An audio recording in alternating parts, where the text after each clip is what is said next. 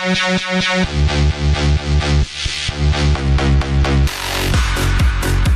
guys, and welcome back to another video. In today's video I thought I would do a pregnancy essentials, pregnancy must-haves.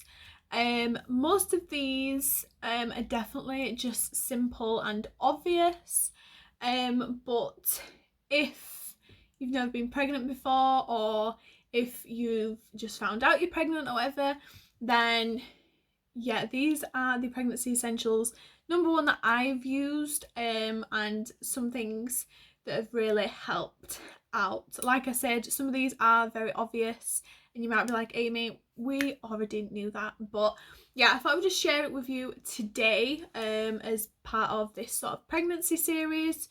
I'm currently 34 plus 3 weeks pregnant, so I haven't got long left. And to be honest, I've done a lot of my main videos already, so if you haven't already subscribed, definitely hit the subscribe button, and if you want to check out some of my previous videos, then I'll leave some of them linked around and you can go check them out on my channel. I wrote down a couple of things on here just so I remind myself. If there's anything else I sort of think of along the way, then I will definitely sort of just add that in. So these pregnancy essentials I am about to say, they might help you, they might not sort of suit around you, there might be things that you don't need for whatever reason. Everyone is different in pregnancy and every pregnancy is completely different. Like the things I could use in this pregnancy, I might not use in my next sort of pregnancy. So yeah, definitely keep that in mind. There might be something extra that you might need, and there might be something that you don't really need to be using, but I'm going to read everything that I've been using and why it's helped. So starting off with pregnancy must-have number one. Now, comfy clothes is definitely a major thing that you need in pregnancy. I honestly thought that I could just wear my normal sort of clothes and sort of get away with it. I didn't think that I would get quite a big stomach, but yeah, you definitely do, and you feel so uncomfortable quite early on as well, even though you don't have a big stomach. And I'll put this out there now, if you've just found out you're pregnant, you're quite early on, when you get to sort of, I'd say between 12 weeks and the sort of 20-week mark, that period is so hard to dress yourself because you don't really fit into the maternity clothes yet. It took me ages to really properly fit into my maternity jeans, and now the maternity jeans don't even fit me because they're too small. So that period is definitely the hardest to dress yourself. So, you know, luckily for me, we've been in lockdown. I wear pretty much pajamas and joggers and loungewear and sweaters and stuff all the time, so it's so convenient. Going back to wearing jeans, I don't think that'll ever happen.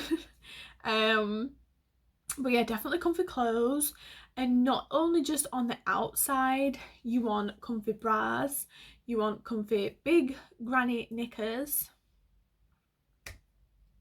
You will need them, definitely. Honestly, I think especially with the bra side of things, you don't want anything that's wired.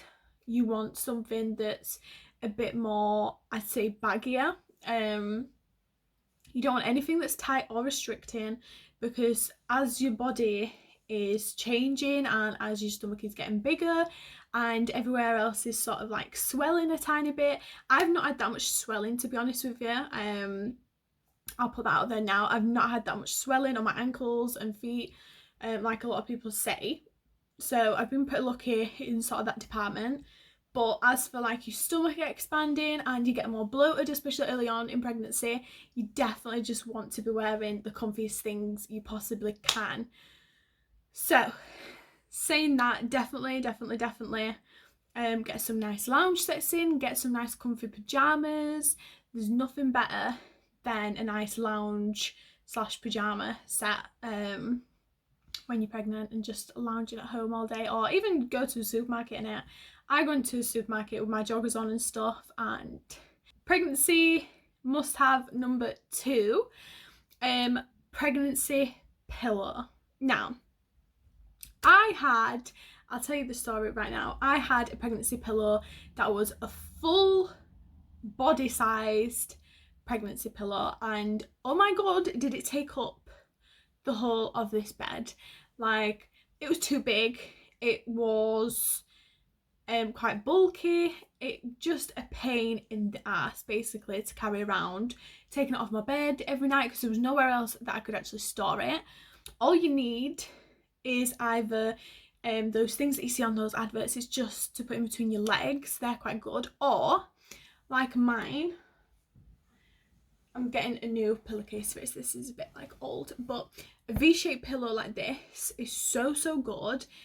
Even if it's just like your back and stuff, I've started with a lot of back pain now, or to put in between your legs on a night and sort of wrap it around your stomach as well for a bit more extra support, is definitely a massive must have. You just feel so uncomfortable, especially when you get into your 3rd trimester. You will definitely need this pregnancy pillow, 100%. I did not really need it up until, I'd say up until about a month ago. I didn't really need a pillow until you get really big and just uncomfortable with your back and your legs and your stomach, and you know your baby's moving a lot more. You will definitely need one of these pillows. If you don't want to go out and get a separate pillow or whatever, just put a few cushions, you know, sort of like these ones, dotted around your stomach, on your side, between your legs. Like I said, it honestly makes such a difference. I never really understood why people had them in between the legs before. Now I do. Number 3 is vitamins. Now, when you first become pregnant, or if you are trying to become pregnant, a lot of people take folic acid. Now, folic acid helps with a lot of things to keep you healthy, to make sure your body is sort of ready to have a baby, and also it just keeps your immune system and everything like that. I'm not a doctor, I'm not going to go into every single thing, but it just gives you a bit more of a chance in a way, and a bit more of a healthy start to growing your baby basically. But they'll definitely tell you to start off with folic acid at the beginning of your pregnancy, and then as I sort of went through pregnancy and stuff, then they advised me to take vitamin D. So what I and what a lot of pregnant women do take is the Pregnacare vitamin tablets. I'll insert a picture on here as well. They are really good, honestly. It's sort of a bit of a peace of mind as well, that all the nutrients, all the vitamins and stuff that you need for you and the baby, you are getting that sort of intake every single day. So it's so important. I also take aspirin every day, so I'm taking this up to 36 weeks. So I've only got literally just over a week to be taking the aspirin, and then I will stop at 36 weeks. This is because of blood pressure. My mum, if you have someone in your family that has suffered from high blood pressure in pregnancy and still sort of does, then they recommended me to take aspirin. So I don't really mind taking it. I was a bit sort of scared at first. I think you are, especially if you're a first time mum, you're like, oh, I'm taking all these tablets, you don't really want to be taking anything else. I've not taken any paracetamol through my pregnancy. I just didn't want to take anything on top of what I'm already taking. So I've not, even if I've had a headache, if I felt unwell, if I've had toothache, I've had really bad situation with my teeth through my pregnancy as well, and I just did not want to take paracetamol. Obviously they advise you that it is safe, but I just chose not to. But definitely your vitamin D, folic acid, the Pregnacare tablets are fantastic. That's the only thing you will need to take all the way through your pregnancy, and at least you know then that you're getting, you know, everything you need in your body every single day. So going alongside the tablets and stuff and the vitamins is obviously water. Now, water is such an obvious thing to say, and even if you're not pregnant, we all should be drinking a lot of water. And I can hold my hands up and say I am not a water fanatic person.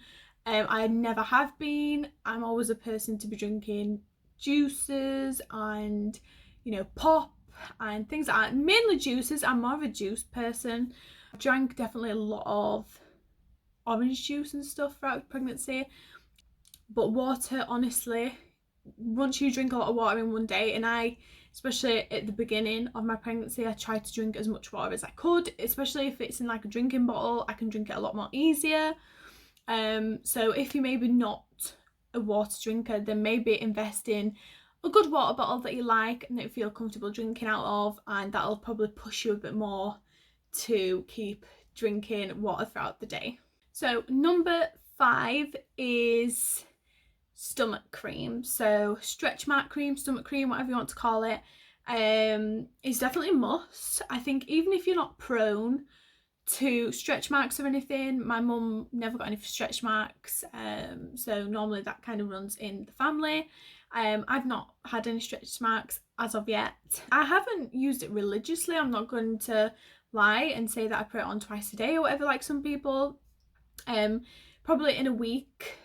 Most times after I've come out of the bath or shower, I will apply it. Sometimes I'm a bit lazy and I skip it out, but it does help a few times a week just to apply it, and it makes your stomach feel a bit more hydrated. I think your skin gets so dry, mine has anyway, and it's just nice, especially for area that's stretching and, you know, feels uncomfortable, just to put a bit of cream on, and it just feels a lot more soothed and a lot more comfortable. And plus, you know, if you are prone to stretch marks, if it runs in your family or anything, at least it's helping that out too. The one I have been using is the Palmer's cocoa butter formula. So this is for stretch marks. A lot of people will have seen this in videos and a lot of people using it. I know a lot of people use that Mamma Mia stuff. I just sort of pick this up when I go you know, to a supermarket or whatever. This has actually lasted me all the way through my pregnancy. That is probably how much I've not used it. In the beginning I didn't have to use this that much because obviously stomach's not as big, you don't need to apply as much product, and now it's like a massive beach ball, you've got to use more products and stuff. And I like to sort of use it a bit around my back and stuff, on the top of my legs, different areas, and it just helps with, you know, sort of dry skin and your skin stretching basically. So definitely check out a stretch mark cream, tummy cream. Don't matter what brand it is, as long as it smells nice, as long as it's hydrating, you're all good.